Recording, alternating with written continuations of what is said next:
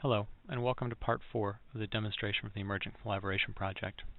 One of the things we'd like to do in this section is take a look at some additional ways that we've integrated unified communication across this platform. And specifically, we'd like to look at a concept that we like to call frictionless communication. So one of the things that we have happen all the time is that we constantly wish there was a way that we could create the same environment where I can simply walk out of my cube and talk to somebody who's next to me, walk out of my office and talk to somebody I see in the hallway.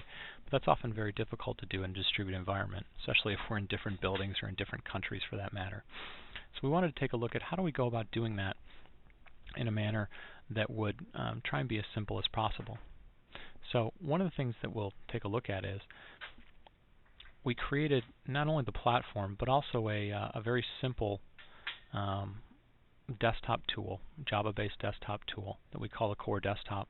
And that allows me to, at any point in time, take a look at the both voice communication and IM communication that's available within any of these rooms.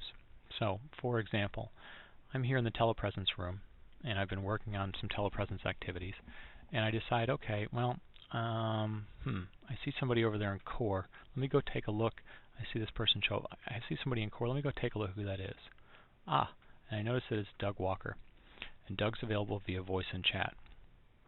Now, I need to get in touch with Doug about this project that we're working on, maybe because he has expertise in telepresence or because he's someone that I just need to get in touch with. He's on some team or I have some association with Doug. Now, I could do things like I could click to dial Doug, or I could click to browse him, or something like that. But I essentially just want to create that walk out in the hallway experience for him. So I'm going to go ahead and just click the Join button. Now you'll notice a couple of things here.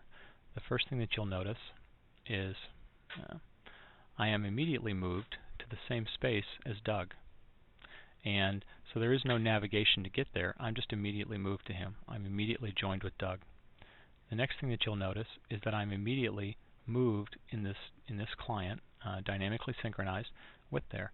And at this point, Doug and I are able to be in a voice bridge, which we're in right now. Hello, Doug. Are you out there? We're also able to send IM messages back and forth.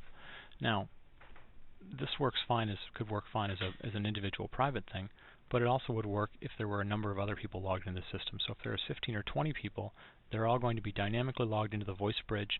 We can have a conversation just like we might in the hallway or in a break room or in a conference room. But all that's going to be very, very frictionless. You're just in, you're out, you can join it immediately, you can move out of it immediately. So suppose I went ahead and sent my test messages, we had a conversation for a while. All of these IM messages are going to be stored persistently for anybody that's interested in this core project to take a look at later on. So anybody that wasn't there right now but wants to come back and see a conversation we had about a status update or a new feature could immediately see that over here in the logs for the persistent chat. Now, Doug and I are done talking. I'm going to go ahead and move myself back to the telepresence space. You'll see that I'm immediately moved here, and I'm immediately moved within the platform.